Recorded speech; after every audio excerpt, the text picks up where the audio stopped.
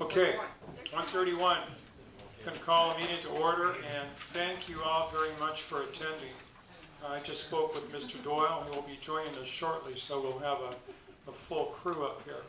I also want to announce that this meeting is being taped, and the tape is rolling now. For those members that don't have an opportunity to be up here today, we'll be able to show it on our site. So, I would like, let's see, who haven't I picked on? Larry, would you lead us in the pledge?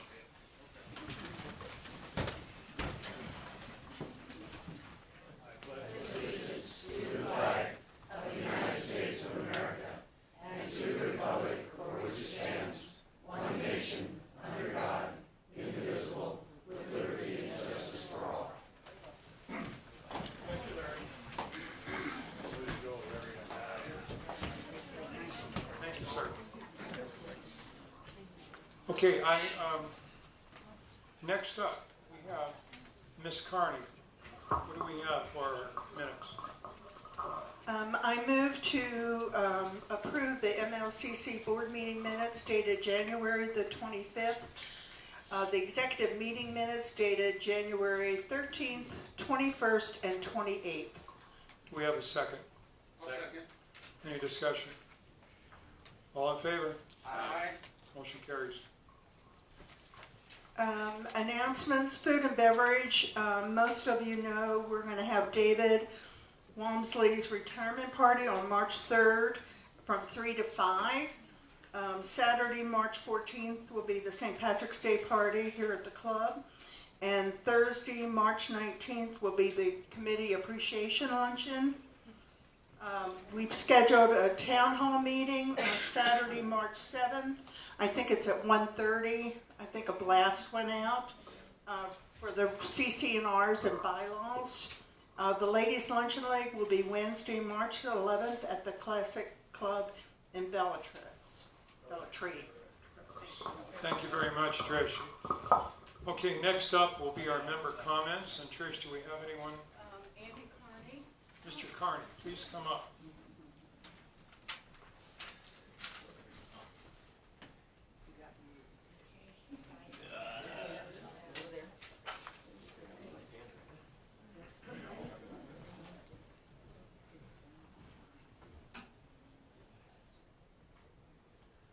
I want to start by thanking the board for doing what I think has been a really good job as a board.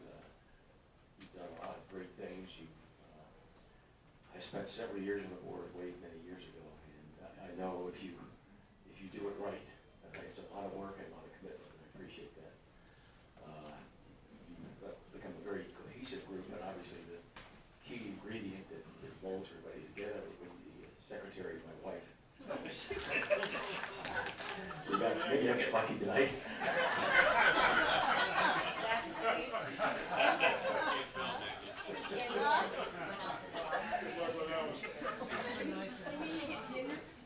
Yeah, right.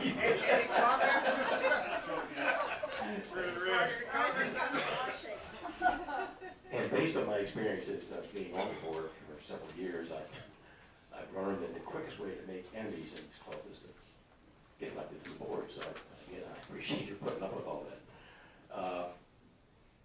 And I'm going to probably make some enemies myself based on the subject I want to talk about, which is team play.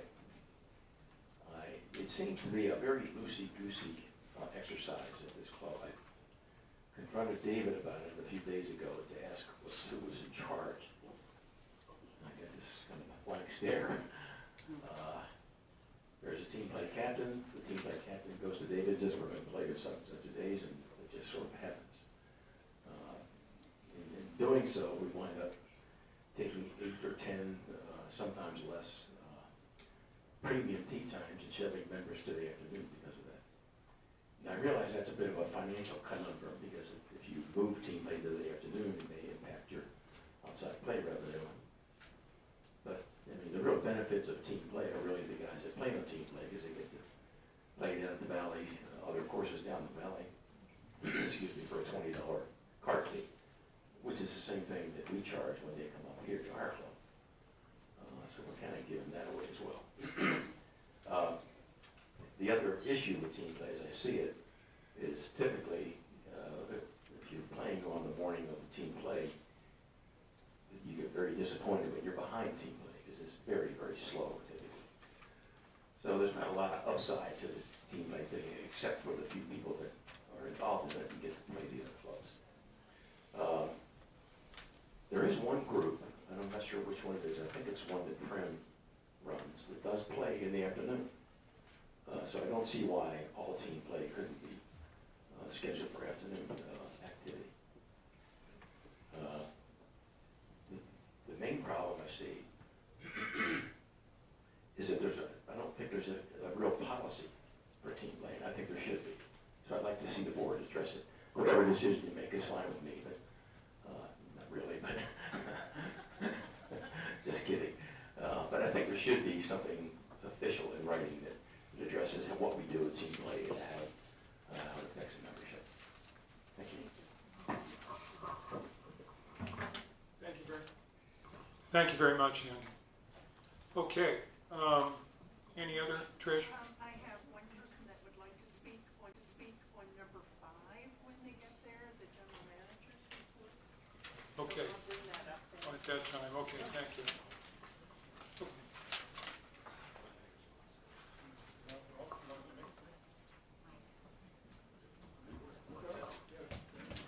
Yeah, just a quick response to that last comment. Because I think I'm the only board member that plays team play. Yeah, he's right. In a lot of ways, it does slow things up. It does benefit really only the people that play team play. However, it does bring a lot of people into the valley here that see our course. You get a lot of really, I mean, it's pretty good advertisement for the course. I mean, they love the place when they come here. But yeah, you're probably right that there does need to be some changes, but I would suggest that maybe this board not talk about that now. Wait till we get a new PGA head professional on board, and then maybe they can sit down with Brian and decide how to solve some of those problems. Because there are benefits to it, and there are 2 types of team play out there.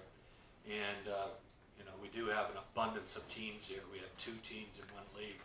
So there's things that can be done there. Thanks, Ray, that's a very good response. Okay, moving on to Architectural Committee, Mr. Stocker, what do we have? All right, for the ACC, before Paul gives his talk, I'd like to make a motion to approve the exterior paint color chart that's sitting behind Eddie. That was suggested by the ACC. I'll second. Okay, and before we go on with asking for discussion, I would like to say that there were 3 members of the ACC that spent a lot of time on this color chart, checking them out, looking at different ones, combining them together, and that's Laura King, Don Gray, and Jim Nelson. So I would like to acknowledge their help in this whole project. That said, do we have a second to Tom's motion? I second it. Is there any further discussion on these nice colors back here? From the board? We're not, well, right now we're making a motion, and the second we're gonna vote on that. Any further discussion up front? All in favor? Aye. Motion carries.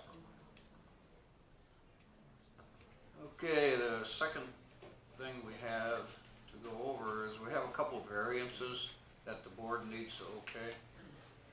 The first one is for 9740 Warwick, and I'd like to make a motion to accept the variance with the conditions that the ACC put out for conditions of approval, and everybody has a copy of those up here, and as well as a copy of the county permit to build the structure. Okay, do we have a second on that motion? I'll second. Any discussion required? Yeah, could the ACC explain what we're gonna be voted on a little bit more thoroughly? In other words, a structure, when you say a structure, I know you're talking about like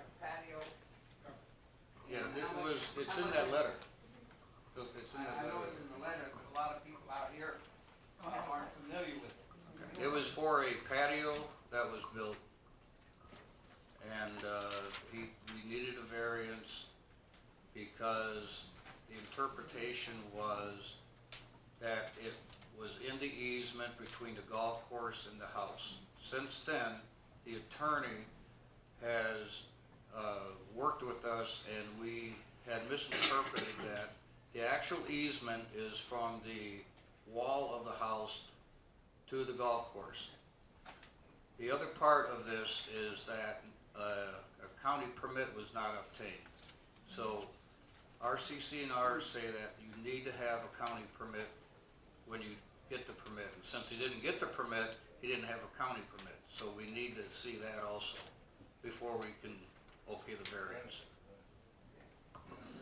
It's a bit complicated, Tom, but the bottom line is that we really, as Tom said, didn't have a clear understanding of whether or not a patio cover was an obstruction to that easement, and it's not. Okay. I'm familiar with it, I just wanted to make sure that our members were also familiar with it. Okay, is there any other further discussion necessary? All in favor? Variance passes. Okay, we have another variance that the board needs to okay, and I will read this motion and pass it to Trish so she can have it ready. I'd like to make a motion to approve a variance at 9770 Warwick Drive to construct a patio cover that's attached to the home and does not extend any further than 15 feet from the home toward the rear lot line. The applicant should meet with the objecting neighbor to determine if any modification to the design can be made that would be acceptable to both parties. Do we have a second? Any other discussion necessary? Do we know what the issue is with the neighbor? Talking about a, Yes, we do. There's two objections. One is that there's a potential to obstruct the view. And secondly, just don't like the fact that a patio cover is going to go in. but, I mean, for, as far as obstruction is concerned, you're talking about a patio cover that's up here, so unless you're looking up, how does it obstruct your view? That's something I don't quite understand. And I understand, Ms. Maher's concern, but if this house is on Warwick facing the golf course. Yes. So if Correct. it's looking at the golf course, how does the neighbors obstruct your lateral view to the golf course? It could obstruct a limited part of the view. It's the same as a law that if you built a house and you had a vacant lot next to you, that view isn't guaranteed if somebody comes and builds a house there. Correct. So the complete view couldn't get obstructed by 10% or so. And is there anything in our CCNRs that guarantees a view from the lot? No, there is no guarantee of a view in our CCNRs. And as I mentioned earlier, the interpretation is that a patio cover does not create a problem with the easement there between the lot line and the wall, exterior wall. So, Is the ACC recommending that we vote in favor of this? Or they've taken no position? the ACC is just bringing this variance forward for us to vote on, but yes, that's why they're bringing it forward, Tom. So we have a motion, we have a second, we've discussed it, all in favor? Aye. Any opposed? Motion carries. Okay, let's see where we are. I believe now it's time for Mr. Hall Daly to give his talk.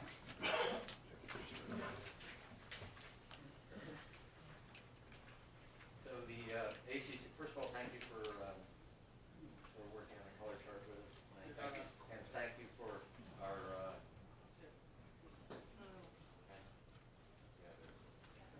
and thank you for expressing appreciation to three members who really did that well, volunteer members. The ACC met on February 10th unanimously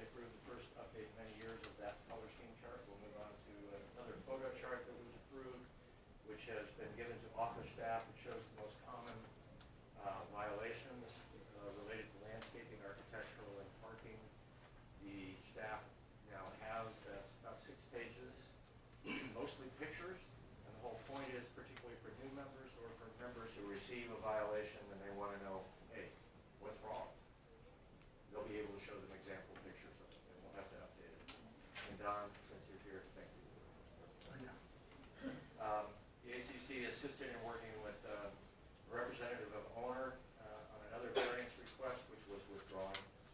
And in closed session, the committee also heard a very concise explanation from Board President Eddie Baxter about a legal matter related to new state law governing HOA rules related to architectural, and it was much appreciated. Now, a point of information. The club has 4 notices at its disposal that relate to non-compliance with architectural, landscaping, and parking.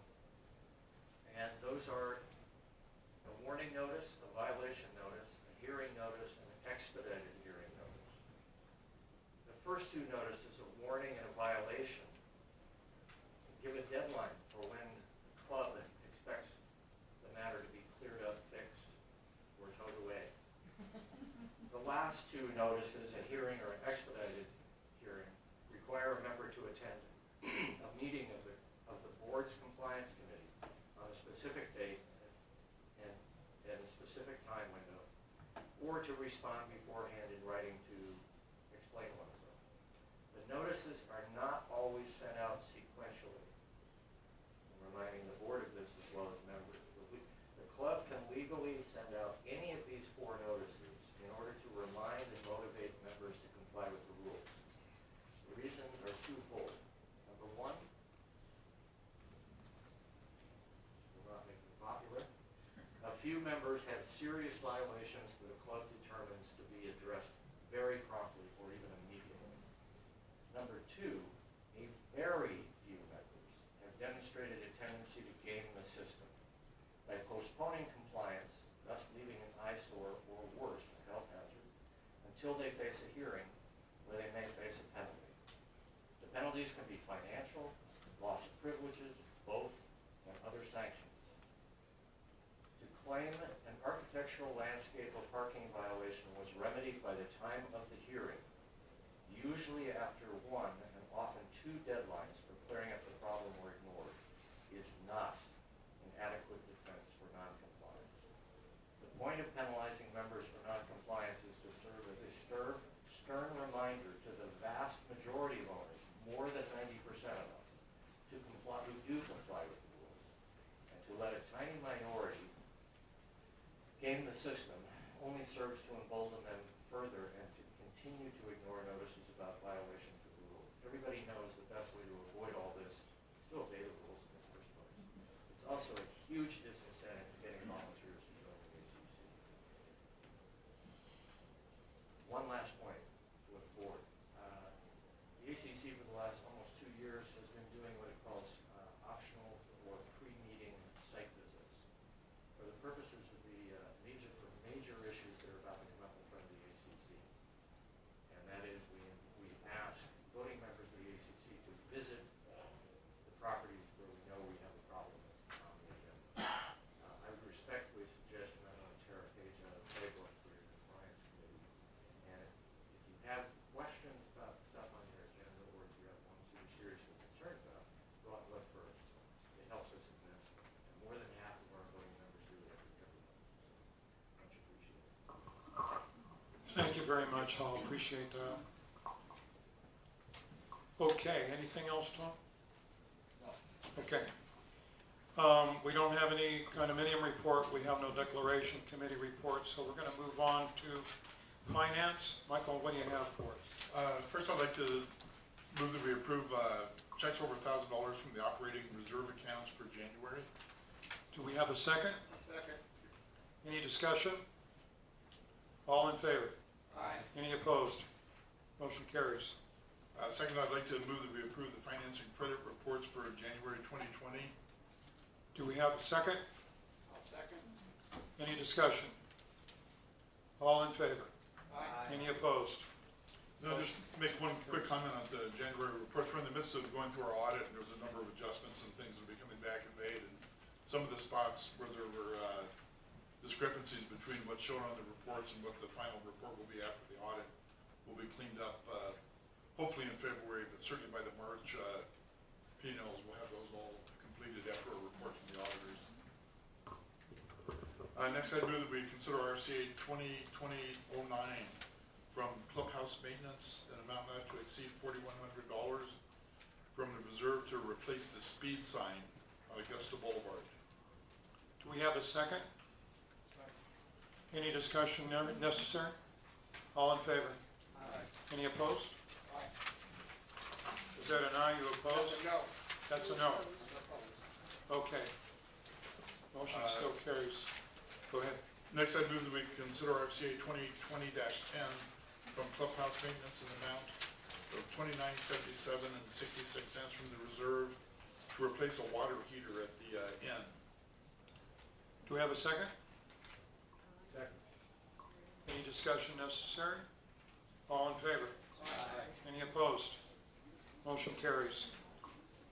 Next, I move that we consider RCA 2020-11 from golf course maintenance in the amount not to exceed $2,400 from the reserve to remove existing fairway markers and install 48 new fairway markers throughout the golf course. Do we have a second? Any discussion required? Yeah, the discussion is simply this, that this has already been taken care of, it's already been, the job has already been performed, and again, as to has been brought up in the past, that these things should be done in open session before the work is done, as opposed to, well, we got the okay from finance, so let's just go ahead and do the work, and then we'll rubber stamp it at a board meeting. I have an issue with that, so I just want to make that clear that I do not think that is a proper way to conduct business. Okay, my only response to you, Rick, is that I think in this particular instance, it was felt there was some necessity to get this done so we can prepare ourselves for season and the events that we have coming up for the men's and the ladies play, and that's what we talked about, so your objection is noted. All in favor? We had the one objection, so none of the motion carries. Next, I'd move that we consider RCA 2020-12 from golf course maintenance, an amount not to exceed $4,996.88 from the reserve to replace 3 old contactor sets in the control panels at the main pump station. I'll second. Any discussion? All in favor? Aye. Any opposed? Motion carries. Anything else, Michael? No, I just, I'd mentioned that we're in the midst of going through our audit, and that's progressing well. The auditors had, a number of positive things to say about how we've been running our finances and everything. A couple of the things that are cleaned up are mostly just adjustments. So hopefully we'll have good results in February. We'll be complete with that process. Thank you. I don't think that we have anything for future planning. Is that correct? Chris Harvey is here. Chris, you wanna say a few words? Just a few, yeah. Come on down. We're up. Good afternoon. Good afternoon, ladies and gentlemen, members of the board. Future Planning Committee has no real old business to update. The only reason I'm here speaking is that Ray was unable to be liaison at our last meeting, and we did have one item come up, new business, which we wanted to bring up to the board, which to turn on to the Greens Committee, is that we feel that the need for a cart path from 18 all the way down to the drag range would be required. It's pretty much as essential. We have safety issues, people speeding down there in the golf carts. We also have issues with the maintenance crew and the wear and tear on their equipment going down that stretch. So we just wanted to bring this up so you guys can put the wheels in motion with the Greens Committee. And when we get to the Greens Committee, we'll be talking about some cart path stuff, so that'll Okay, we'll address it then. yeah, but we didn't have Ray with us when we had the last meeting, so we didn't have any means of passing it on, other than third-hand news, which is not the way to do it. Other than that, our committee's still kind of slow right now, waiting on all these other plans to come through. Thank you. Thank you very much, Chris. Appreciate that. Okay, we are down to Golf Committee. Mr. Spence. Yeah, let me call on Shelley Daly, our co-chair.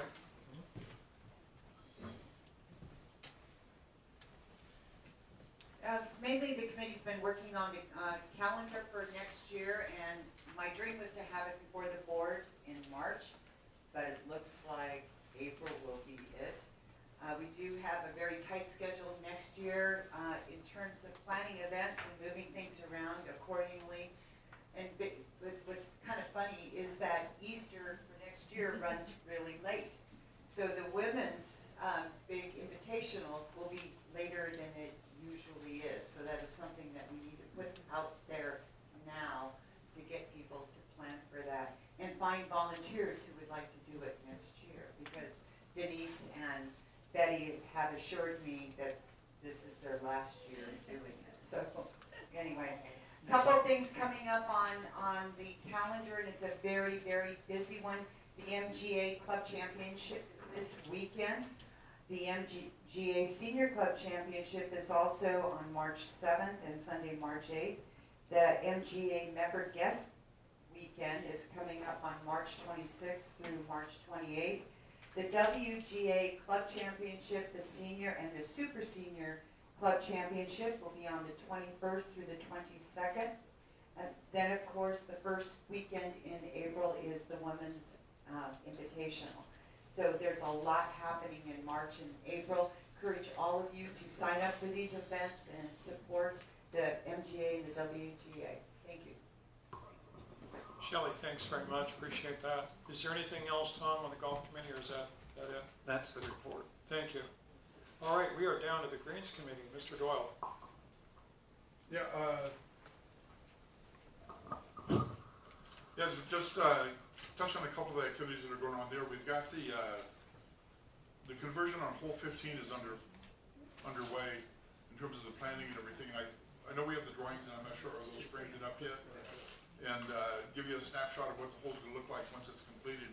It'll be going out to bid in the next several weeks, and we'll should have a construction project that'll start on time to make sure that it's completed for the November opening, and adequate time to get all the grass in and have everything set and look nice when it's all completed. The second thing we wanted to touch on was the golf cart path plan. And this ties in a little bit to what Chris had just brought up in the hole number 18, doing some of the paths there.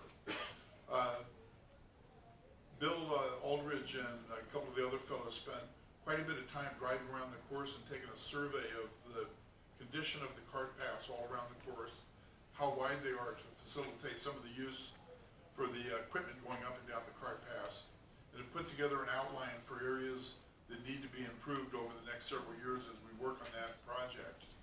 And that's something that will kind of go into the long-term planning for the golf committee or for the green committee, and developing those with a priority on which ones should be done, first, and which ones should be, done last. So that's an activity that will be going forward, and, again, not going to be able to do it all in 1 year, but over several years, we'll be able to get that all completed and continue to upgrade the course. Yeah, Richard, anything you'd like to add to it, or?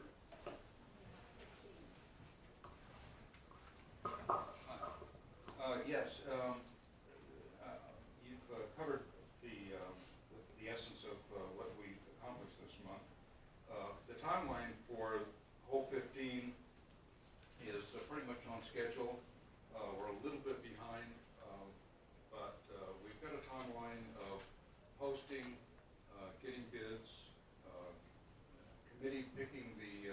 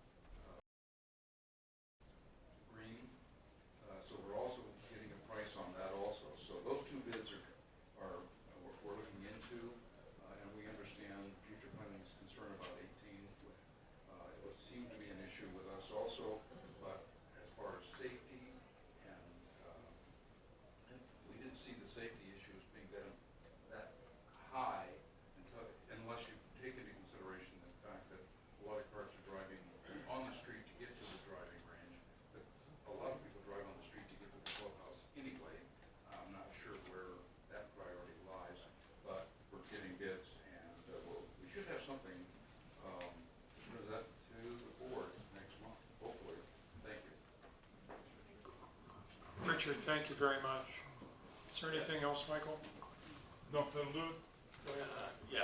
Richard, just a comment on what Richard was saying there, that 3 is a problem, but that 18 is a problem in that if you talk to anybody that lives right there, they'll tell you that it's very heavy traffic through there, and that it's kind of just a matter of time before somebody runs into something there. You know, everybody that lives along that area, talk to Phil Anderson or any of those people that live there every day.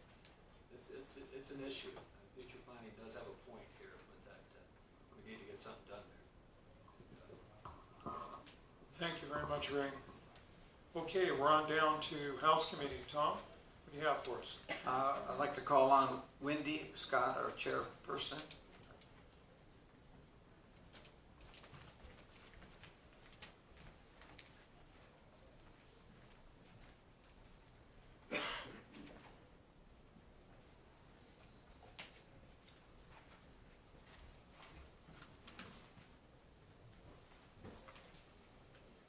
I'd like to make a comment about the Greens Committee, if I may, on that cart path thing before I get started. That's all right. Go ahead. I was under the impression we weren't supposed to be going down 18 with our golf carts.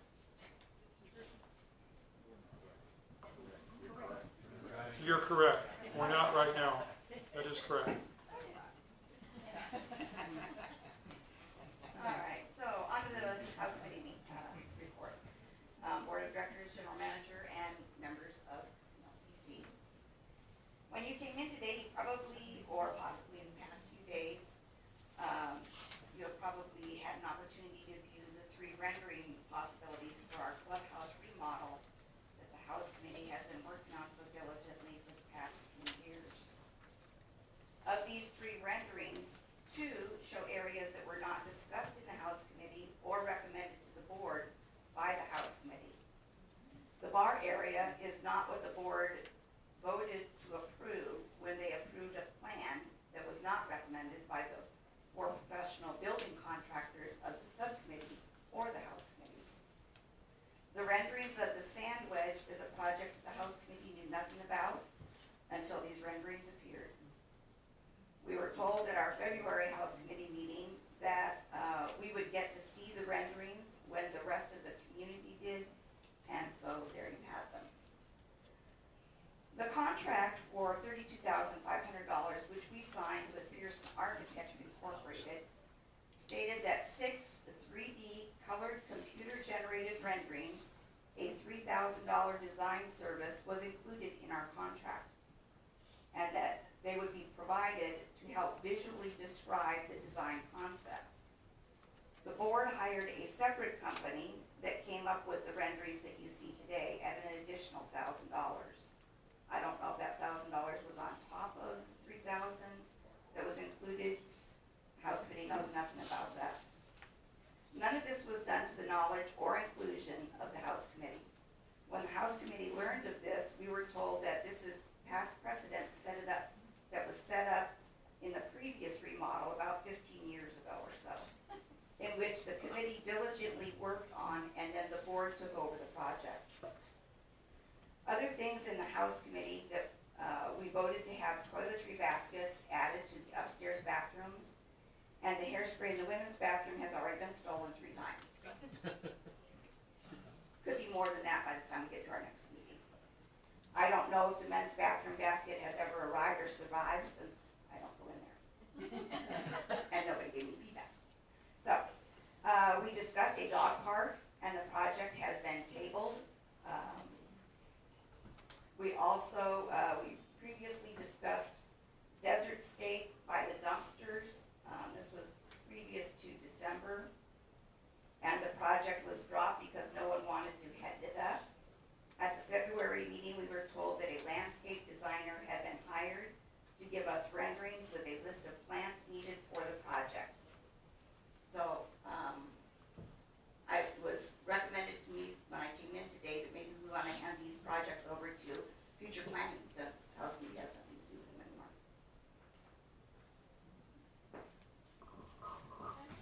Oh, Wendy, just a second. I think that you deserve an explanation or discussion back, but we have the clubhouse remodel on a topic under, I think, old business number 6, so I think we'll cover it then and try and cover all of your objections and the things that you brought up at that time. Okay?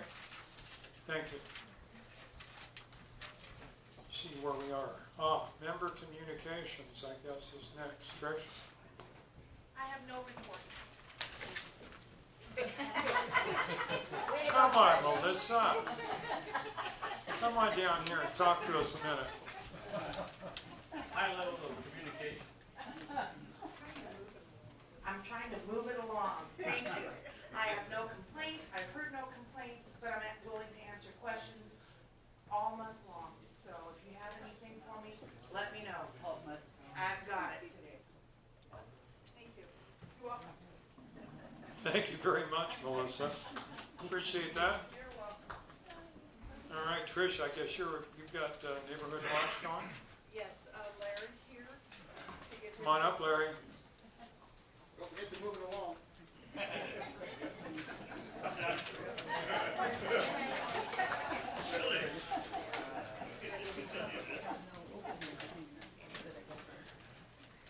Okay, our February meeting, we had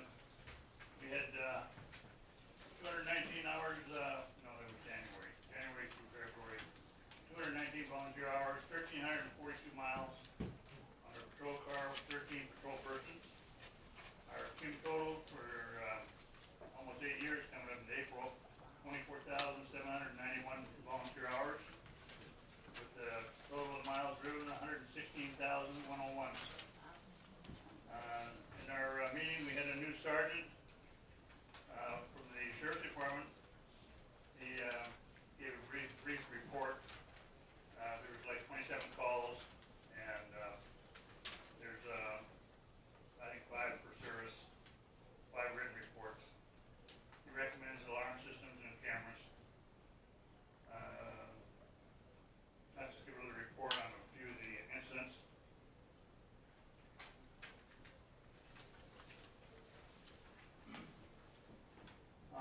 January 25th, we had first of all, we had 8 garage doors open during that period, from 26th through the February 26th. Okay, on our 25th, we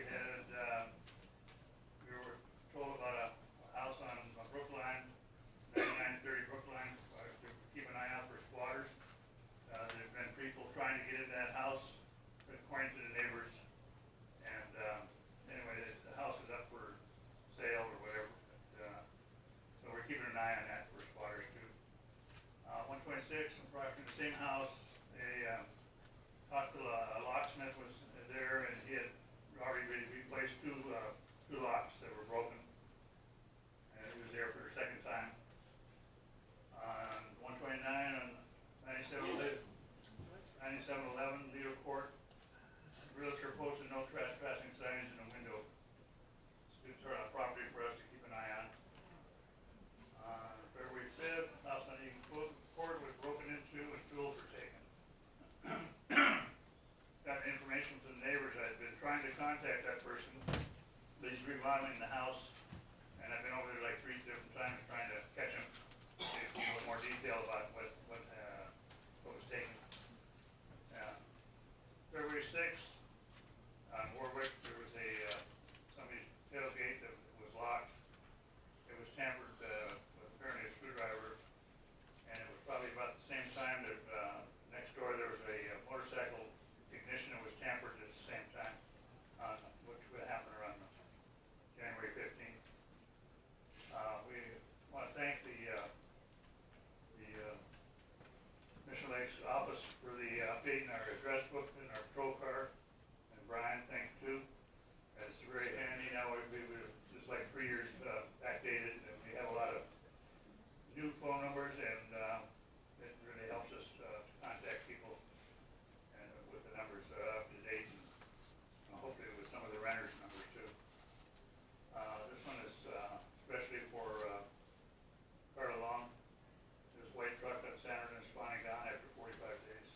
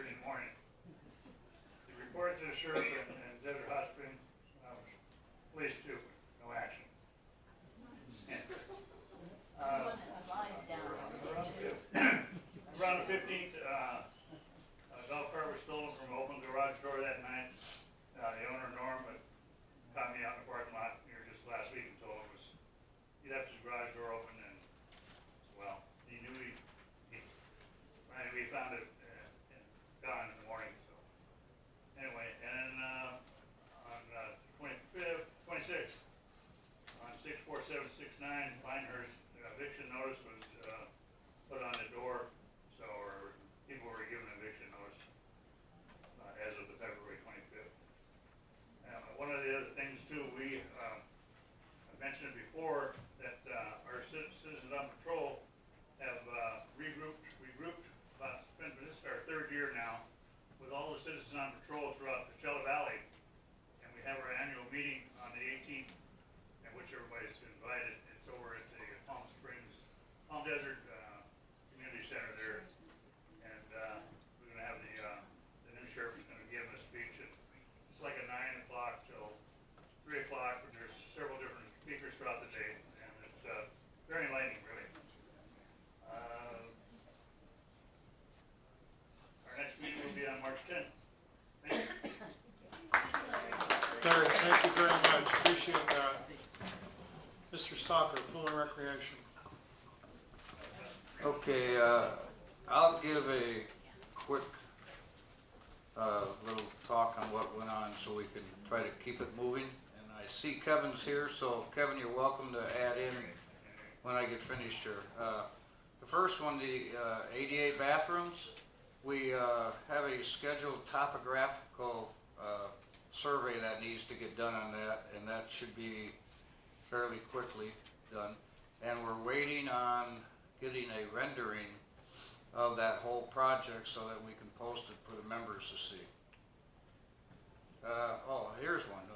We need to really compliment James on getting the pool open.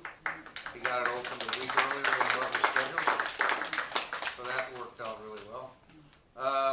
Bocce ball, we talked about bocce ball, but gonna wait on the pool, on the ADA bathroom project to see how that comes out before we get going on that.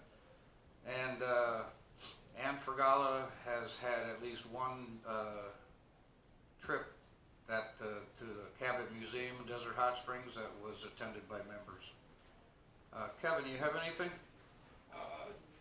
Just really quick on the pool and stuff, I would like to thank on behalf of the pool committee, finance committee, for the directors and all the members for their patience. We finally finished this project up with pavers and the new pool lining, and I really do appreciate everyone's patience. No one wanted them to get in there sooner than me, and I think they did a great job. So far, it looks great, so I thank you all for allowing me to do it. Thanks, Kevin. Tom, that's it? Okay, Brian, you're up. Oh, I'm sorry.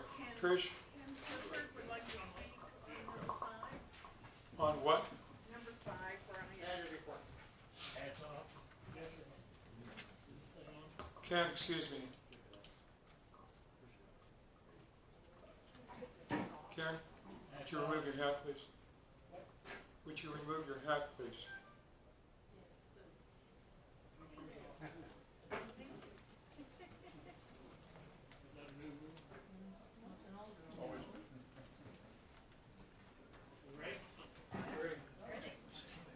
I would like the members. I'd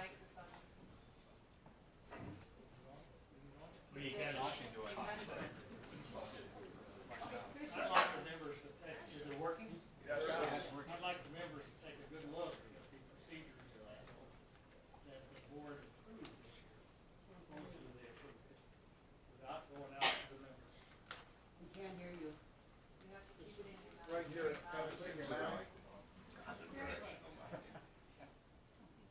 Anyway, you had a new procedures and adoption manual that came out that you changed this year. You said you did it in June, and you sent it out on a whatever, and everybody approved it. I don't know that that was ever done. And I would suggest that the members look into that.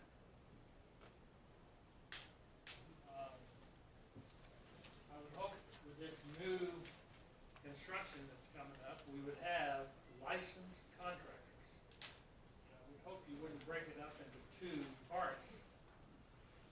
Keep it with one person to be responsible. I've seen in the past that you had unlicensed contractors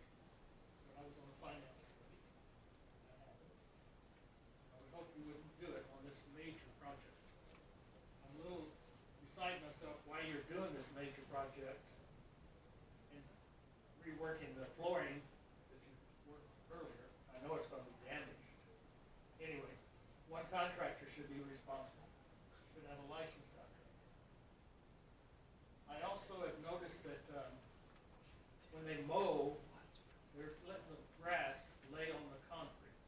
Now, recently, you've had to dig out expansion joints because it's growing in there. And I mentioned that 3 years ago, as long as you let that happen, that concrete's gonna buckle. Now you've started digging it out. And if you go around and pick that up, which I would hope come October, you will pick it up also.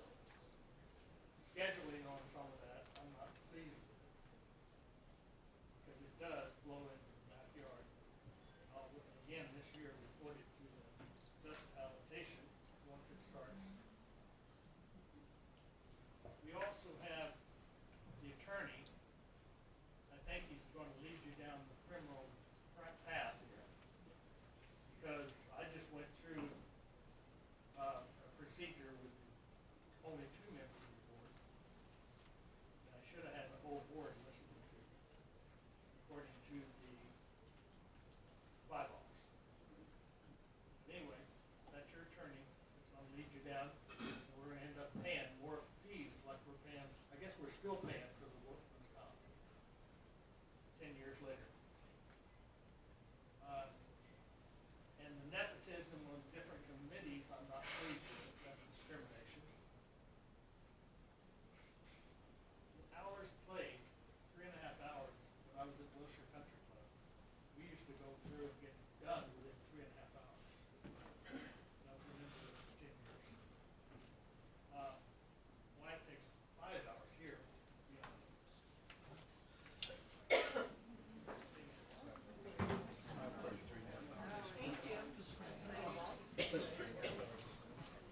Thank you, Mr. Clifford.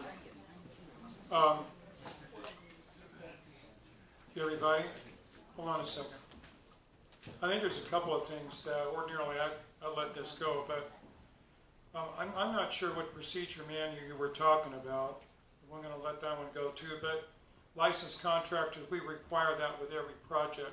By the time that gets down to being done, that contractor is vetted very carefully. And we would never let an unlicensed contractor do any work for this club. We've been very diligent about that. And as far as our attorneys go, I know we have a lot of them, but they have helped us enormously. And these guys know the law.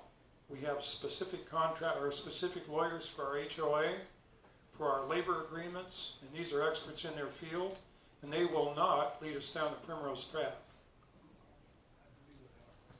That's enough. Okay, Brian.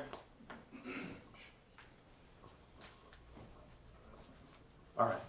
So the yearly audit, like Mike said, is almost complete for 2019. So the CPA will attend a March finance meeting on the 18th at 1:30 to go over his audited results.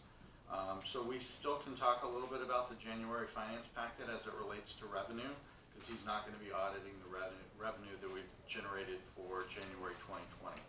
The golf department, fitness and pool and rec, the inn are all ahead of revenue forecast for the month.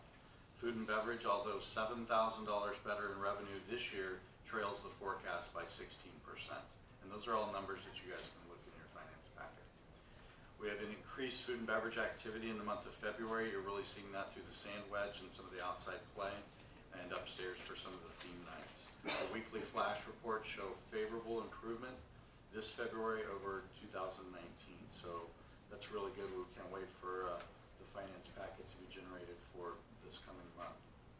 A big note though, just so you guys can put the metrics together, the golf department last year in January made $38,000.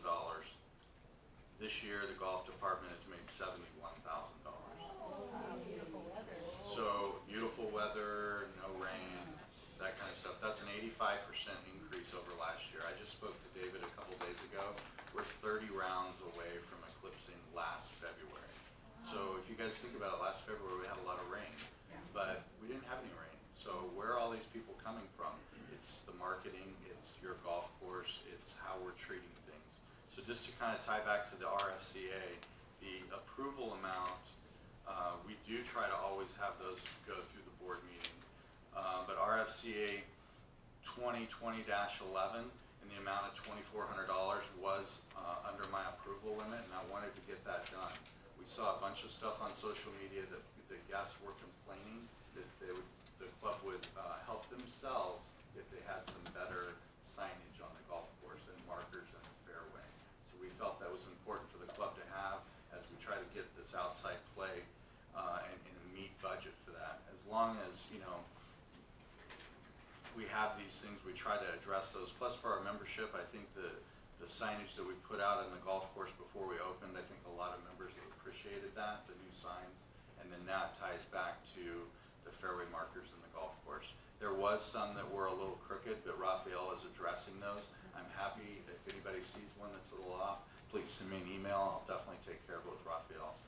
We hope to get the T markers in soon and finish that project up and just have some of the regular deliverables that everybody deserves on a golf course as far as yardage markers in that arena. The marketing continues. I did supply the latest marketing report, and it continues to be healthy. The measurable metrics tie to the increased revenues in both F&B, the Inn, and the golf department for January. I have a handout for review, so please check that out. It's also posted on the website if you guys didn't pick one up. Key points to note: Facebook in 2019, we had 96 followers, 96 people last year. This year we have 231. The mobile app last year, there was 460 owners using that platform. 2020, we have 995 people on that platform checking out what's going on with the club. We're showing a steady growth in these categories, and amongst our peer groups, we're excelling with the mobile app engagement. So the marketing group that I work with, they have 25 properties that are similar to ours across the United States, and our group is the most active group with the app. So thank you guys for using that. The pool mini is now open. We've had a lot of positive comments on the earlier opening date and the speed of the project. James and his crew was instrumental in making that happen. And to clarify what we purchased, we purchased a mini PebbleTech, a mini. It's not regular PebbleTech, so if you guys do go look at it, it's not going to be PebbleTech. It's a mini Pebble, and it's exactly what it should be, and it's got a good durable life.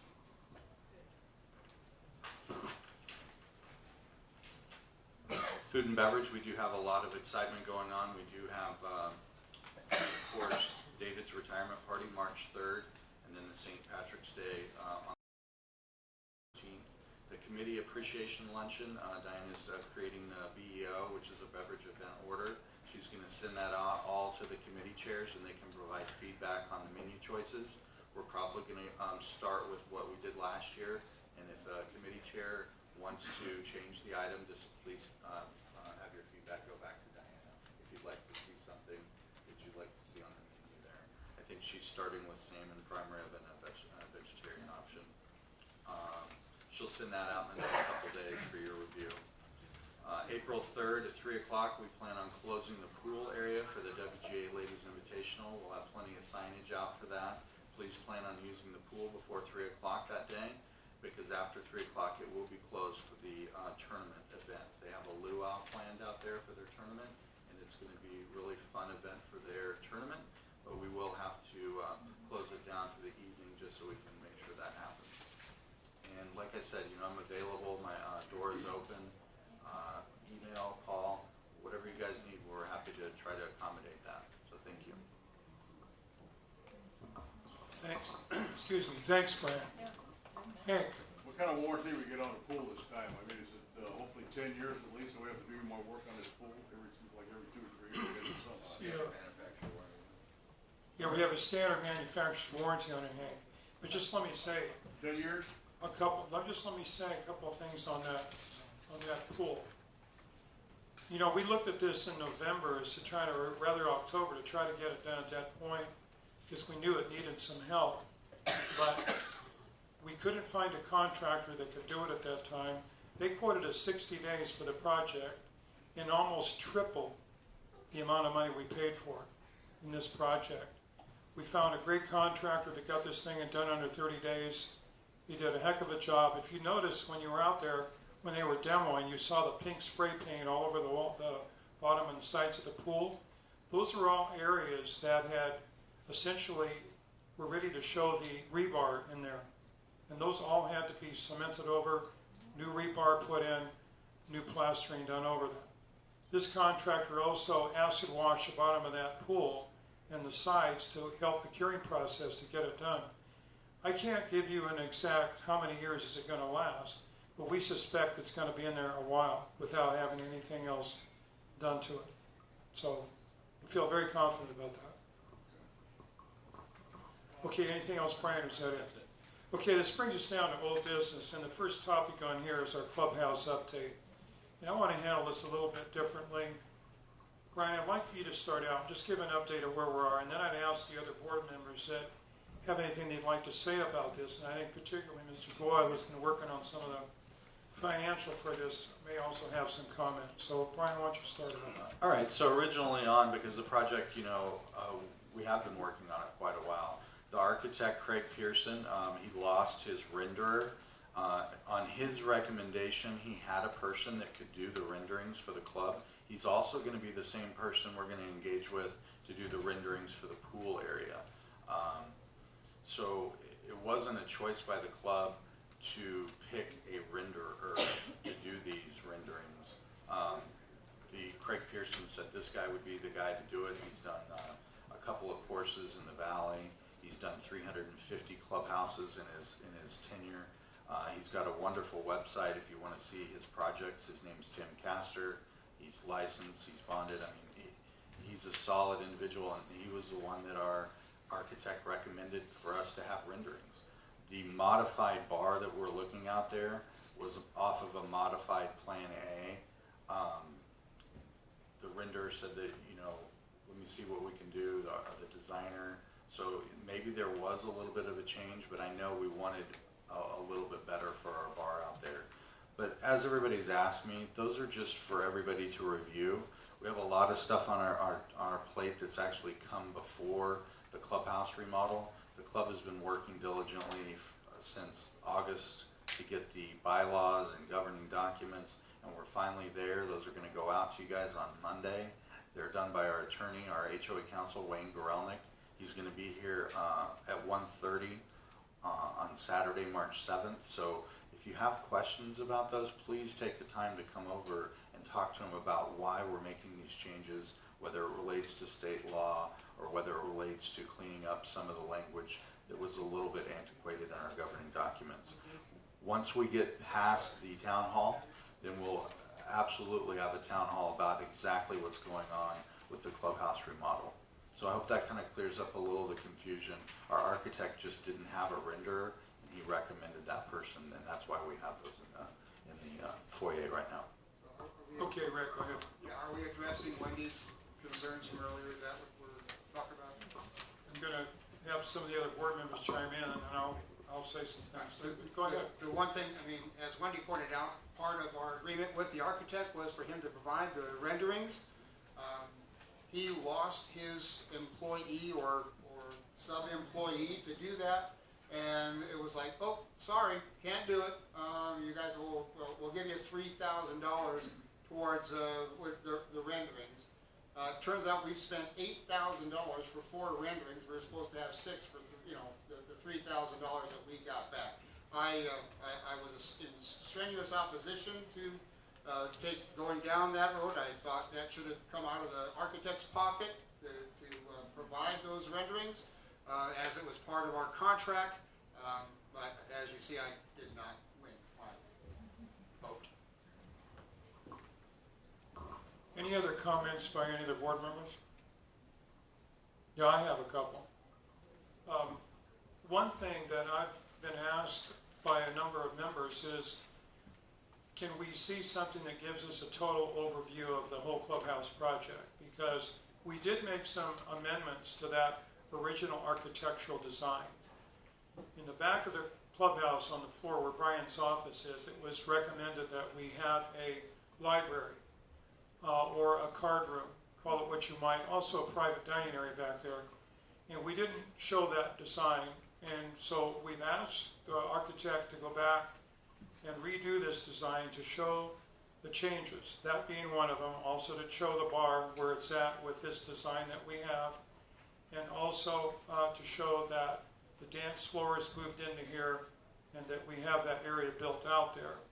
And I think that's the other rendering that we have coming also is to show this area, which we don't have right now. So the fourth rendering, as well as the new architectural amendment, should show up here hopefully in the next week or so. We've requested and followed up on those. As far as Rick's comments about the renderings, yes, he's correct. Our architect had an employee that could do that type of work.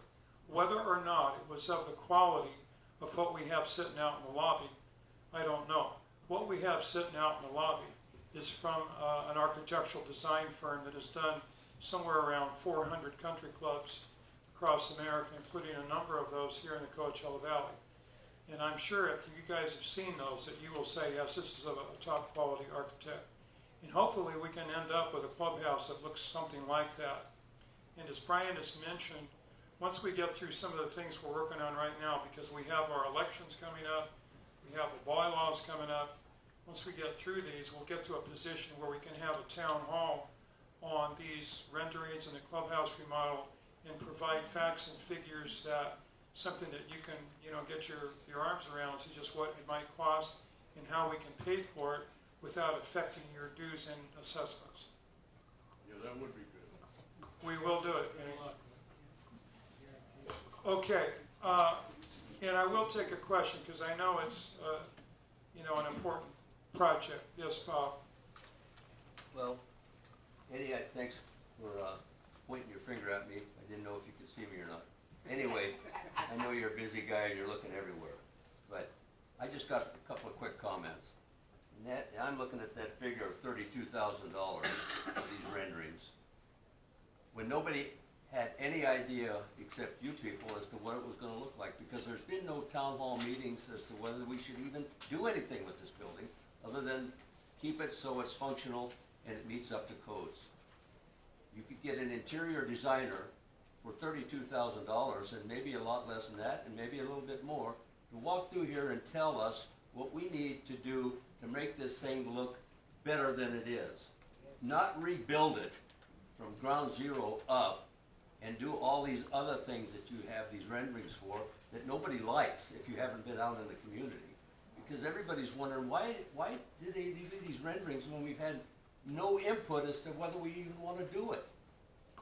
And that is one of the biggest problems. This remodel job, to me, is completely unacceptable the way it's going. It's completely out of control. You're doing all kinds of things without going to the community to see if they're even interested in doing it, or give them suggestions, or have them give you suggestions. And you could do it very simply by putting some kind of pamphlet in with the bill that you send out every month. Are you interested in updating the clubhouse? If so, do you want to paint it? Do you want to refurbish it? Do you want to do carpet? Ideas from the community as to what needs to be done before this thing, just because I tell you what, you're going to spend a hell of a lot of money and you're not going to get what you think's done. Because if you go into this as major as it looks out like there, you're going to have all kinds of code problems that you haven't even addressed yet. If you have to touch the electrical, it's going to cost you a fortune. If you have to touch the plumbing, it's going to cost you a fortune. The plumbing is good, the electrical is good, the roof may need to be fixed, but you can fix it. You don't have to spend $32,000 to have some guy draw a picture to tell you that you need to fix the roof. I'm just telling you, the thing is out of control, and you need to go say, hey, let's just pull back the reins a little bit and take a real hard look at this and go to the membership and see what they would like to do. We'll give you an old example from an old farmer. If it's not broke, you don't fix it. Okay, appreciate your comment, Bob. But I just want to, before I go on, two things I want to address, and then you guys can comment. First, Bob, that $32,000 is not just for those renderings. We had an architect. We had an architect that came in and did the plans, architectural design that did the plans, the costs, the permits, and we've had that out. The other thing is that the House Committee has worked diligently on this thing since last August. They've had, I can't begin to tell you how many meetings, countless meetings. They had a subcommittee of contractors working on it, minutes done. This has been out in the community since last summer, and they've worked hard at that. It was given to us in October, November to make a vote on, but it's not like we just decided this was going to occur. Because that architectural work that was done by that architect was first class, with the plans, the design, the permits, and some estimated cost. Okay, you guys have... Yeah, I'd like to just add one thing real quick to it, in that, you know, your observations are that everybody you know doesn't want to do anything to the clubhouse. I've been here a long time. I play golf with a lot of people. I talk to everybody I can talk to up here. The overwhelming response I've had is, this club is 50 years old. It looks like it. When are we going to do something to fix it? And the input that I've gotten is they can't wait until it's done. There's a tremendous amount of new people that have come in here, and the response I've had from all of them is, boy, I'm lucky I joined at just the right time. We're going to get this place fixed up finally. And so there's, you know, more than one school of thought on, and I'm not saying yours is wrong, but I think that there's a lot of people that are very anxious to improve the club. It's not only to improve the club and the outlook on it when we look at it. Everybody in here is continually fighting, you know, what we can do to try and mitigate dues increases. One of the things we can do is we can market better to the communities around here to have weddings and stuff like that. Right now, we can't do it. Everybody's always harping about the subsidy we provide to F&B. One of the major goals of the expansion downstairs is that it gives us a lot more opportunities for the food service we provide over the slower summer months. That allows us much greater opportunity to control our costs down there. So there's a wide range of benefits that come out of it, and there's, you know, none of us, we all pay the same dues you do. So none of us are interested in wasting money. The whole premise on this is we can get it done. We're in a very strong financial position, and we're going to be able to, depending on some of the options we may have with getting financing, get it all done at once or paying cash for it over a couple of years. We're going to be able to do it without going out and assessing the members. So it's, you know, it's something that we're paying for, and we ought to get it. Listen to this lady first, and then I'll comment on your comments. Hank's had his hand up, and I'm gonna take a few more questions, and then we're gonna move on. Okay, Hank, go ahead. What kind of a ballpark figure are we looking at here for this so-called remodel? What kind of a ballpark figure? Ballpark, you don't have to be right on, $1 million, $2 million, Upstairs? $3 million. Upstairs? The whole thing, the renderings that you have there this far. Upstairs and downstairs, probably $2.5 million. $2.5 million. Somewhere in that range. Cheryl, go ahead. Has anybody thought about decorating this place? Paper, paved tables, chairs, and light fixtures. Make it beautiful instead of the whole thing. Also, my feelings on making the sand wedge much larger, so we could be down there while people up here are using our facilities. It's our club. We want to be up here. We want to use this. No, we totally understand that. It's not, the reason for doing that is not to separate you from upstairs. It's that we have a place to go when we're working on a remodel upstairs. It has nothing to do with having more parties up here, more weddings, as No, someone not brought necessarily, up. no. As someone brought up. It does have something to do with the summer months too. Being able to close down a large restaurant up here and having that open down there. So there's a lot more to it than just that. We understand you don't want to give your club up just to run parties up here. We get that. Okay, go ahead, Rick. For what it's Excuse me, worth, Mr. Clifford. for what it's worth, and I do absolutely understand the need for a refresh of the clubhouse. There's no question that it's dated and that it needs to be made much nicer than it currently is. It's old, it's worn, it needs to be taken care of. My whole issue, and I'm only one voice on this board, and it's, you know, not the leader, but I have expressed my concerns over and over again that before taking on a major project such as this, before committing funds, like I said, we've already got, you know, some $18,000 that we've spent on this clubhouse remodel. Before we even have any feedback from the membership. I've said this before, I say it again, it's very simple to send out a constant contact email blast or an email blast. Tell us what you think before we start spending the big bucks. What are your points of view? What would you like to see done, before we are committing to these dollars over and over again? And this isn't just this project. It's been pretty much every large project we've ever had. Things get moved forward before there's any knowledge passed on to the membership, and I just at my wit's end about that. Well, our House Committee, again, has worked on this project since August. We had a number of members of this club that are contractors that have worked on it. And this has been advertised. You know how many people come to that meeting? 3 or 4 members attend those meetings. And the House Committee did do a great job on this. They're the ones that brought this remodel forward. They're the ones that went out and got this architect. And they presented 2 plans to us. They were supposed to do it. The board may have not chosen the one they liked, but the process worked the way it was designed to work. I'm going to take one more question on this, and then we're going to move on. Kevin, you had your hand up. And then I'll come back to you, Bob, because you had a rebuttal. Kevin. Just real quick, I saw the rendering of the sandwich, and it looks like it's going to be twice as large. Where's that space coming from? Just, is it going to go through the pro shop? It's going to be moved out that way. Yes, that way. So it's going to take part of the pro shop away then? It's going to be blown out inside. The walls are going to be moved inside, and the exterior is going to be moved out a few feet to add some square footage. Okay. Thank you. Okay, Bob, rebuttal. Quickly. Back to Mike.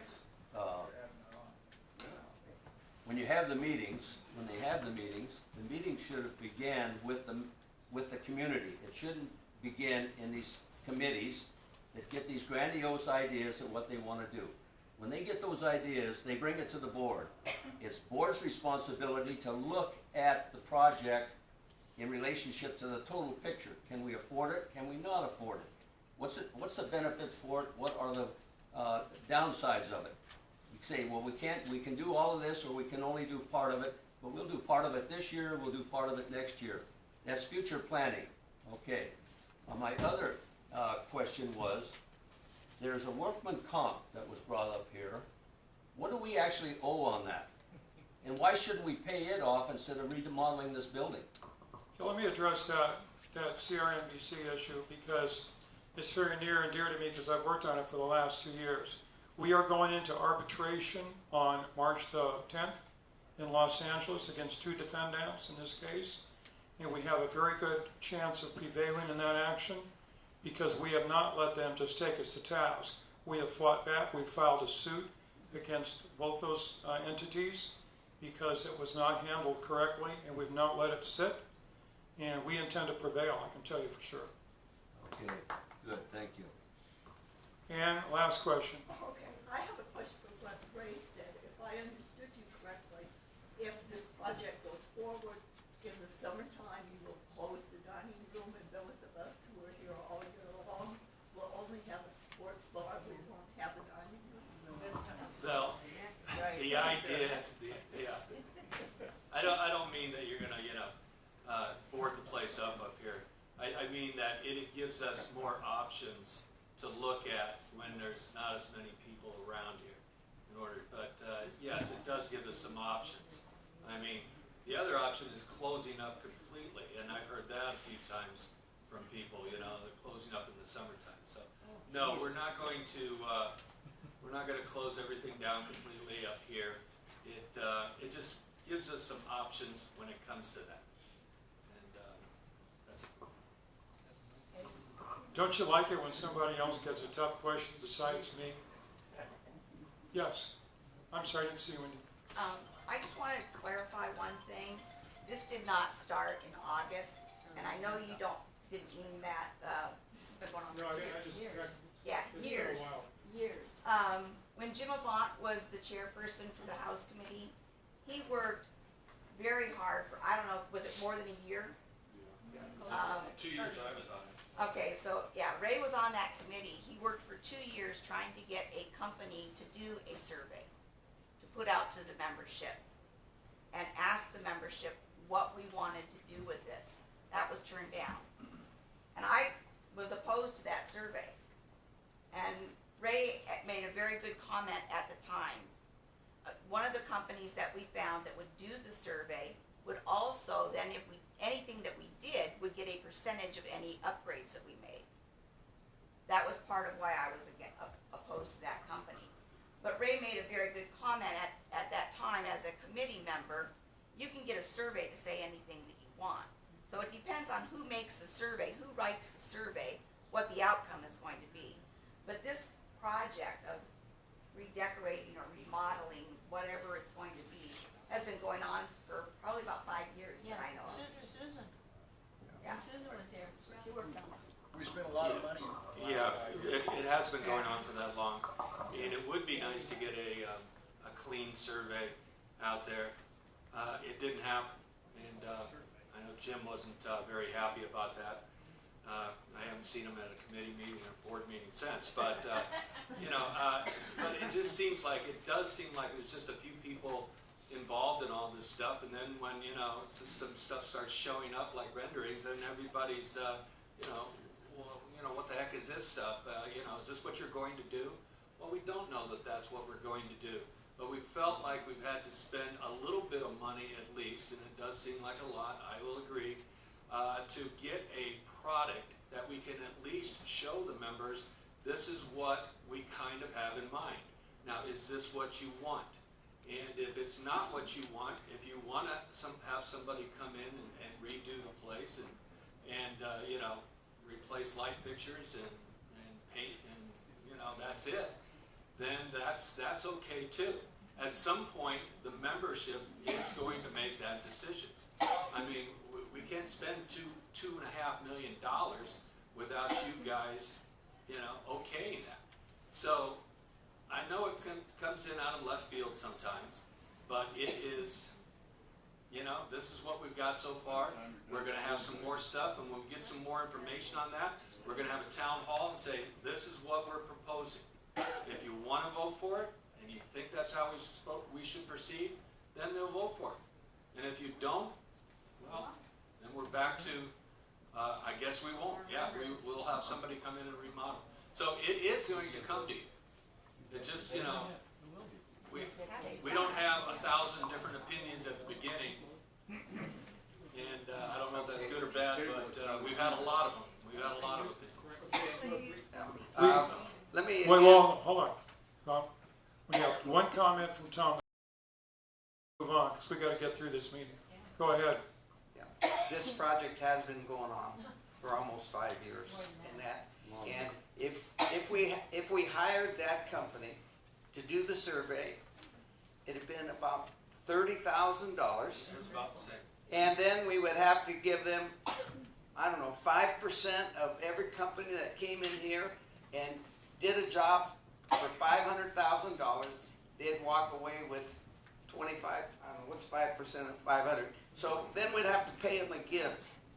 Okay, and to me, I thought that was a no-brainer. And that for $32,000, you got those renderings. Now you get an idea of what's the process is. The people who did the diagram and the drawings, the architecture, are well-renowned here in the desert. They've done many, many country clubs. So I think we got more bang for our buck with that Pearson company coming in here and walking the whole area and doing the architecture. And I think it was well worth the $32,000. Thank you. Okay, we're gonna move on so we can get through this. The next topic that we have on our agenda is the election process. And this is the general election process for this year, which is new. The new election law is 323. And what I'm going to do briefly, because we just can't go into all these law changes, but I'm just going to give you some of the dates that we're going to be affected by. And that is the original nomination process for the new board election was sent out on February 14th. for those members that want to self-nominate to be considered for a board position. And those members who want to be considered to run for the board have to have that nomination piece back to our office by March the 16th at 5 p.m. We're going to send out another general notice of this process on the 17th of March. And if you're interested in the criteria to run for a board position, it's changed enormously. Basically, if you're breathing and standing up and you've been a member for 1 year, you can apply to run for the board of directors. Yes. You just said that the nomination forms have to be in by the 16th, and we're going to do something on the 17th? Yeah, we have to, under law, we have to send out No, another I'm saying, notice. but you, On we're the going to send out 17th? another notice on the 17th? Well, that's the correct. day after the. I know, I know. What? Yeah, that's true. Gotta go out again. It's crazy. Let's do it the 7th instead of the 17th. Crazy. All right, so the candidate forum, which you're all familiar with, where the members, new people that are running for the board get up and say how good they are, that's going to be on April 11th. There's going to be one, yes, April the 11th, later than normal, like a month. And our annual, and the ballots will be then mailed out on April the 17th, and the ballots will be counted on May 23rd. So the whole process is later in the year rather than earlier, and we don't go through a 60 to 75 day process between when these the candidate forum is held and the vote is held, or the vote is held. And part of the changes to the upcoming bylaws and CCNRs, the date of the elections will be moved from May to March, giving the snowbirds a chance to fully participate in our election process. So that's one of the things that we're looking forward to getting approved, is allowing our full membership to get a vote on who's the board folks should be. Yeah, starting in 2021. Okay.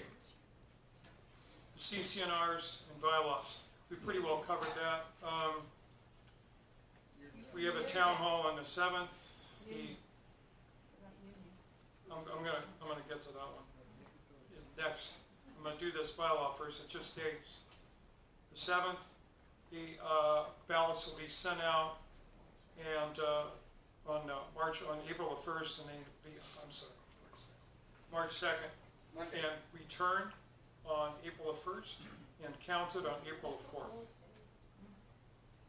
And Trish, would you just read the committee personnel that Juliana Dawson has nominated, so that we have it for the record?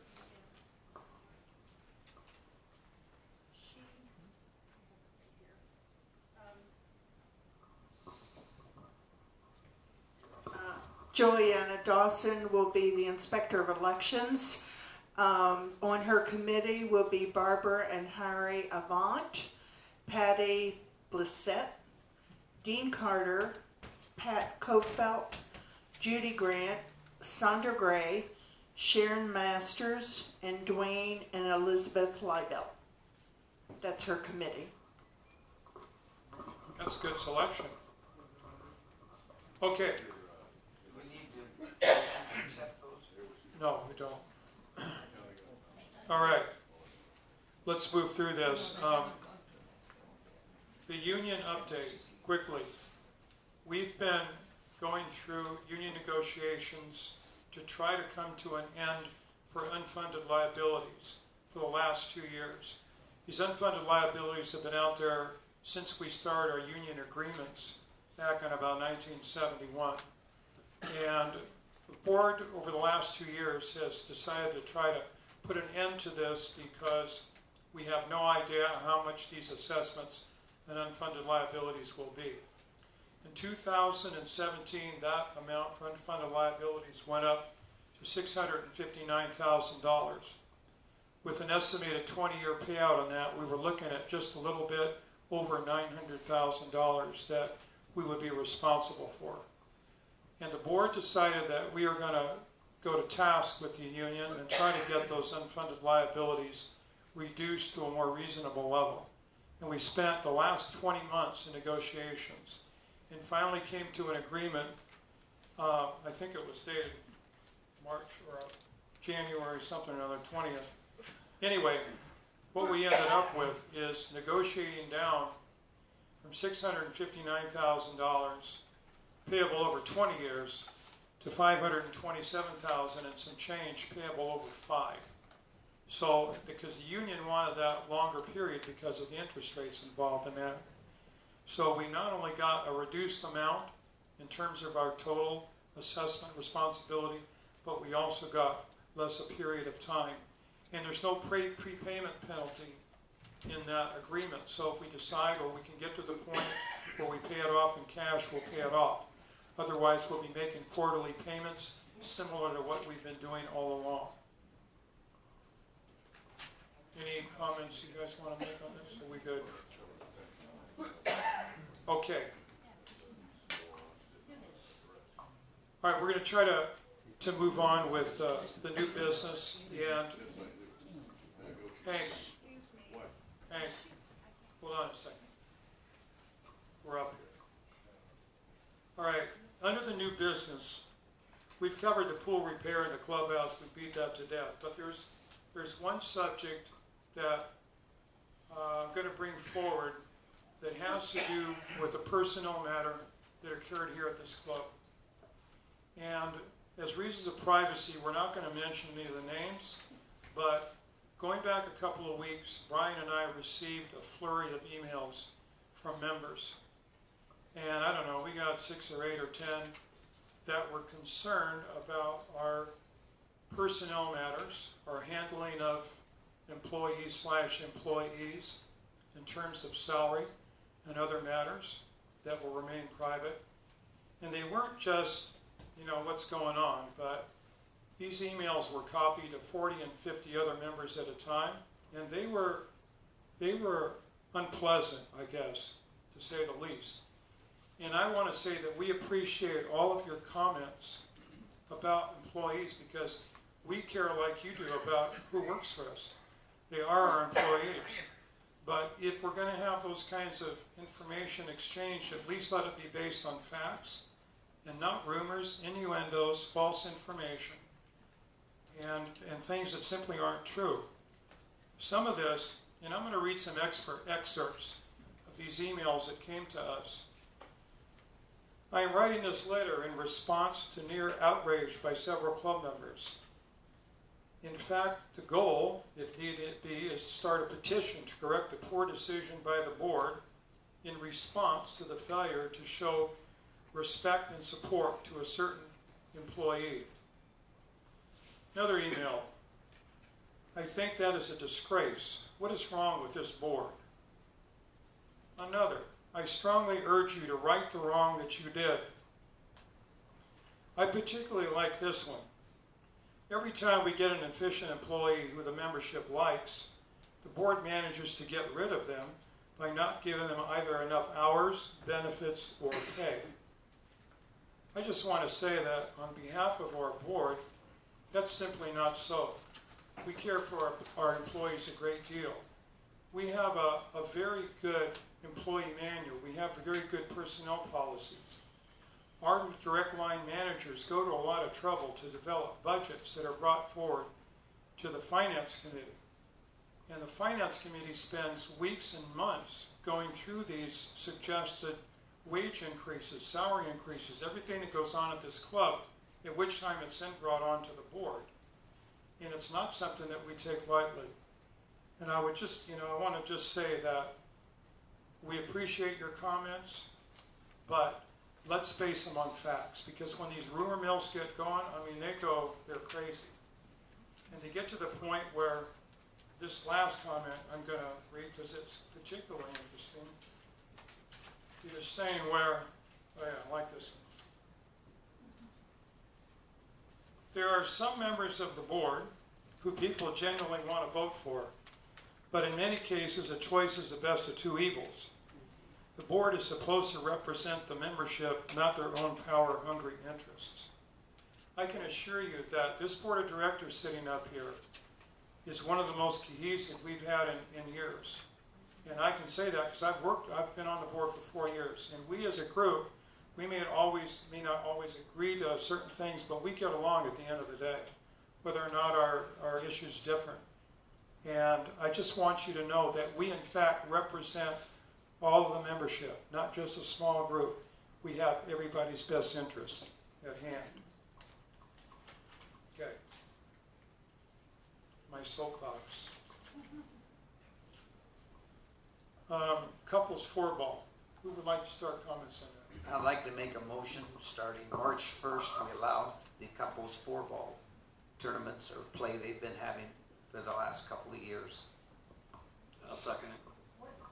Let's, how about some discussion? Do we have any discussion on that? Well, he gets to speak. What is it? Tom, well, wait. Hold on. Well, do you want me to speak to this, Tom? Sure, you may speak. Okay.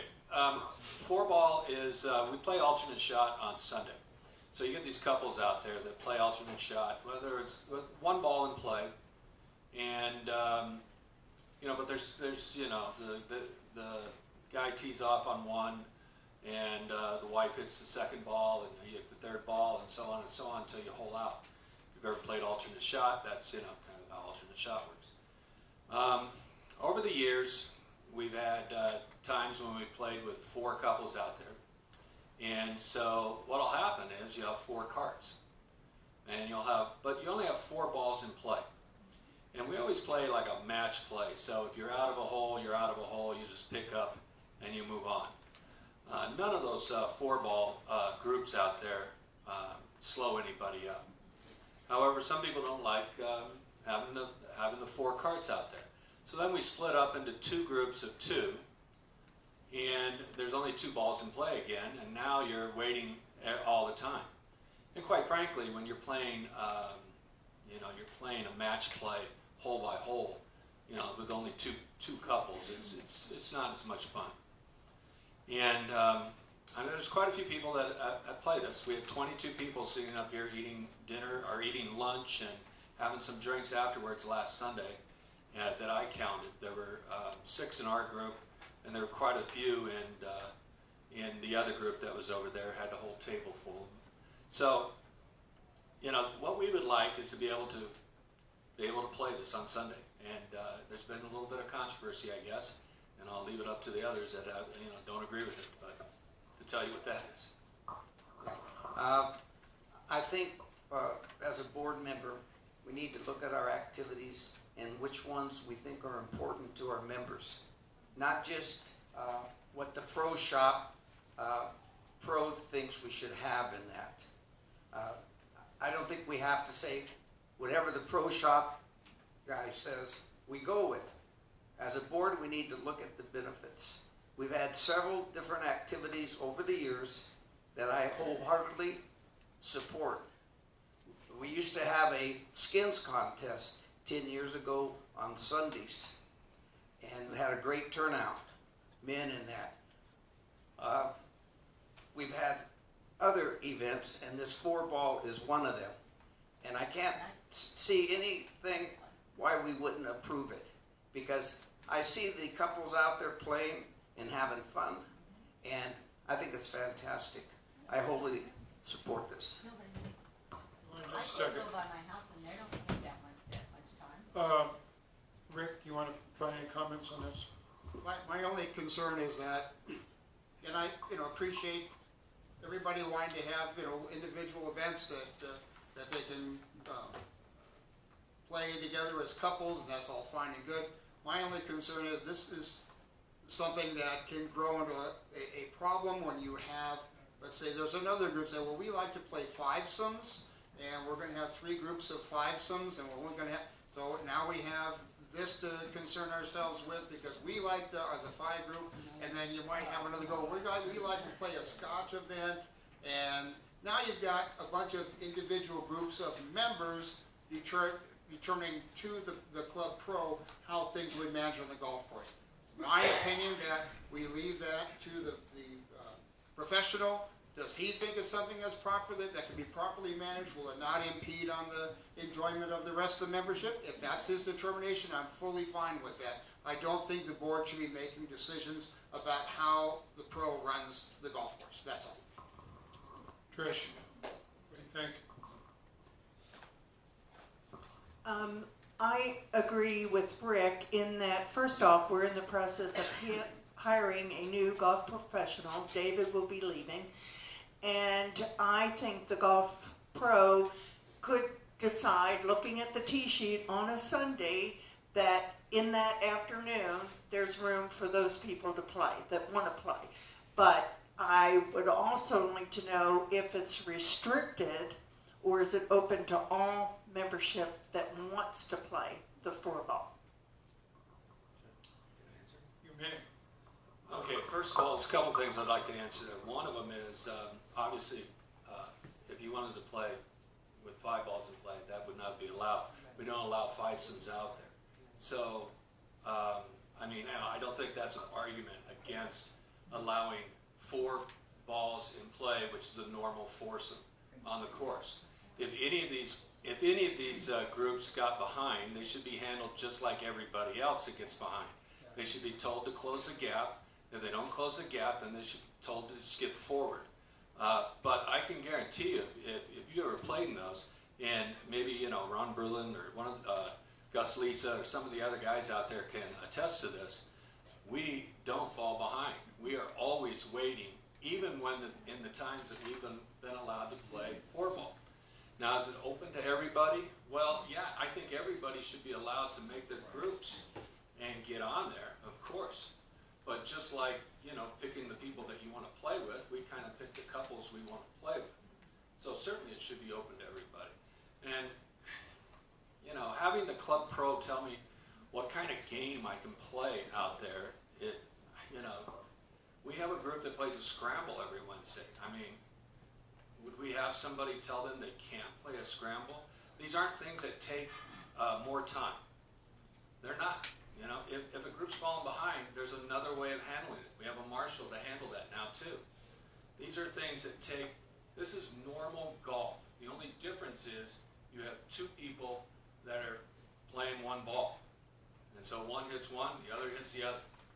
And it looks a little different because you have 8 people standing on a green every once in a while. And, you know, and if you told me in November that the club pro was going to say, no, I don't want that number of cards out there, I would say, I guess I could understand that. But honestly, I have never even heard that as an argument. I've heard other things that I don't understand, but...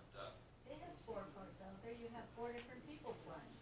Well, yeah, I've seen 4 cards with 4 people, and that's another problem, though. But that's not allowed either. It shouldn't be allowed, and I don't want to, you know, point that out to say, oh, we should be allowed. We should be allowed because there's only 4 balls in play, and it's a very popular thing for this club to for our membership. Okay, Michael, what do you think? I think it should be allowed. I think that it should remain under the golf pros' direction on, you know, what goes on with the course. And I think that there's a lot of things here that have been sort of said in that's the way we've always done it, sort of a mode. And it's changes in golf and a whole variety of things going on here. I would say that it belongs in the pro shop, and I'd ask Brian to get involved with our new pro and kind of make sure that he's in touch with what the members want to do and help facilitate things that members like about the golf course. Okay, Michael, I'm going to take a couple of comments in the audience too. So, Ron, you had your hand up, I know, and so did you, Connie. I just was gonna make a couple of comments, you know, on the 4-ball. But actually, there's 4 cards there. Everybody is at the ball ready to hit it when it's their turn. So we could play probably faster than 99% of any foursome, but there's no problem. And I would complain too if I see 8 people on 1 fairway or on 1 green, and the thing is, the pro shops could just let them know that they're going to keep up, and they're playing only 4 balls. And in the past, David did allow this in the summertime, and I think his only reason for stopping it was that he got complaints about so many people being out there. And so he cut us back to 3. So So now we have 3 and 3 and 2, which we use of extra tee time in that aspect, which we wouldn't be using at a prime time. And there's still the same amount of golf carts out there. So I don't see where it's a Okay. problem Thank you. for the club in any way. Connie? Just as a point of clarification, I would ask you to use the term alternate shot. 4-ball is nothing what you're talking. You guys are playing alternate shot Alternate shot, with not four, four-ball. with four, There's only 4 balls. Right. but 4-ball is a, You're correct, Connie. So- We are not playing four Yeah, ball, yeah, we are yeah. playing alternate shot. But Bad terminology. I've been trying to explain this to people maybe that don't have your level of golf knowledge. And, but that is correct. It is technically, it's alternate shot with 4 golf balls in play. well, Yeah, what, 4 what balls. now that this is being recorded, or if somebody wants to read the minutes, if you use 4-ball, then I would have read it and said they're gonna have 8 balls out there. Oh, Because yeah. 4-ball is, everybody Yeah, plays their own you're ball. right. You're correct. It's alternate. We'll amend that to alternate shot. One more question, and then I'm gonna, It's not even a question, you're asking for March 1st or thereabouts. As you notice, the calendar in March, all the weekends are kind of filled other than the afternoon, so that takes care It's of Sunday. that. No, it's. No, even Sunday, with the Sundays even. But then we've we got- play at 12:30. Right, and I understand that. So, again, the wear and tear on the golf course is not really the bigger issue as it would be in November and December and January, so. And I've played in it, and it's fun. So I would think it would come either from the golf committee with the pro, and let it go from there. all right, thank you. Cheryl, last Yeah. question. Wear and tear on the golf course, it's no different than if we have two foursomes going out, it's the same thing. Instead of 2 threesomes and 1 twosome. Right, yeah, I was referring Amount of though to the carts. 4 Yeah. couples with 4 Same amount of carts. carts. Yeah. Same amount of Yeah, cards. but separate it out. I mean, I can see where the They pro are would say separated. November, no, not yet, wait till Oh, no. January, let me look, but I think that's a golf committee pro general manager kind of thing other than a board. Okay, That was exactly right. thank you for your comment. Tom, what do you feel about this? I'm for the alternate shot. We used to do it, doesn't hurt the course any worse than you have the individuals out there.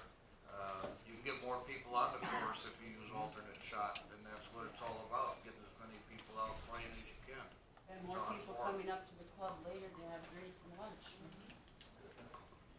Okay, I'm just gonna weigh in on a couple of quick comments, and the first is that one of the things that we'll have to do is do some kind of a waiver, assuming that we approve this, for the carts, because right now, we're looking to try to limit foursomes out there to 2 carts. In this case, we'd have 4, so we need to think about that.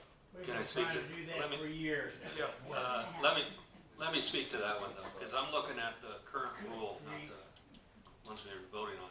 And it says the head professional shall determine the need to restrict golf cart usage to 2 carts for 3 and 4 player groups. This is not a 3 and 4 player group, so I think the intent of this rule is to have the least amount of golf carts out there. Right. So if you got 8 people, 4 carts is the least amount. Now, I would agree that if we have, and if you guys, other alternate shot group there, goes out with 8 carts someday with 4 couples, then you got a problem, okay? We can't have that. You're all fighting or whatever. But I think looking at our current rules, I don't really see a problem. It does, and then right after that, it says the head golf professional shall have authority to make exceptions to the policy on a case-by-case basis. And I understand what some of you have been saying about, you don't want to micromanage this type of thing, but this has become an issue with our members, and I think it has gotten to the point where it might be prudent of the board to actually make this decision and take out of the picture a brand new employee coming in as a head professional, not wanting to probably pick a side in this one particular issue that could get them into hot water with, 20 members here or 20 members there. It would just make it simpler. If you wanted to make a case for it a year into there, okay, we'll talk about it, but, the board can make that decision. Okay, one last question for the board members. Is this a Sunday event? Yeah. Is this what we're trying to do? Sunday tea time. Sunday? Okay. All right, any other comments before I call for a vote? There is a motion on the There is, floor. yep, and there's a But second. it was for a 4-ball, not alternate shot. So I think we need to clarify that. And I also would like to think about how the motion is made, because it's just, it doesn't state when it is. I think it should be looked into further to make the motion for what you actually want, which is Sunday. You know, are you going to be Sunday in the morning and you're not playing November and December because the golf course just opened? Or is it year-long? Excuse me, Hold on out excuse there. me. I have Please. the floor. Okay, So- I would like to make a friendly amendment, if Tom will allow, Yes. to change the wording to 4 couples alternate shot, to make clear that we have 4 couples playing alternate shot. I know we play it on Sunday, but honestly, I don't know why we would restrict it to Sunday. It doesn't slow anything up any other time. I don't think you're gonna have like a huge group of people wanting to play on different days, but I've always thought that a Thursday alternate shot league in the afternoon would be great. And, you know, play 9 holes and come on up here and, you know, have something to eat in the clubhouse. So I'm not sure I want to restrict it to by a day. I mean, it's Sunday, but I don't want to put a day on it. Is that All right, okay, well, Tom? go ahead, make your motion. Tom, is that okay? Yeah, why don't you, I'm gonna take my motion back, you take your second back. Okay. Would you make the motion, Ray? Okay, I'll make a motion that we allow 4 couple alternate shot at this club. I'll second it. All right, I think we've kind of had enough discussion on it, so I'm going to call for the vote. All in favor for that motion, please signify. Aye. Opposed? Okay, 5-1, motion carries. Thank you very much. Okay, ladies and gentlemen, we're getting closer to the end here, so thank you for your patience. Trish, lien delinquent. Yes, I move to the lien delinquent list, to approve it on track 4009, lot 535, track 4009, lot 827, track 4354, lot 24, for authorization to lien the delinquent homeowner. Second? Rick seconds. All in favor? Aye. Thank you. Okay. Ladies and gentlemen of the board, we have any other further business? Now, we have Ryan going back to get the list to see who's going to win our grand prize. And Ricky's going to go into Alexa. Sir.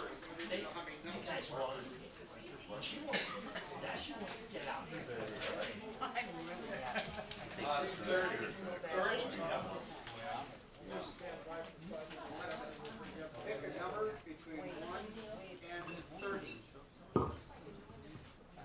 Your random number between 1 and 30 is 23. Did you guys win your team? 23. Did you guys win your team?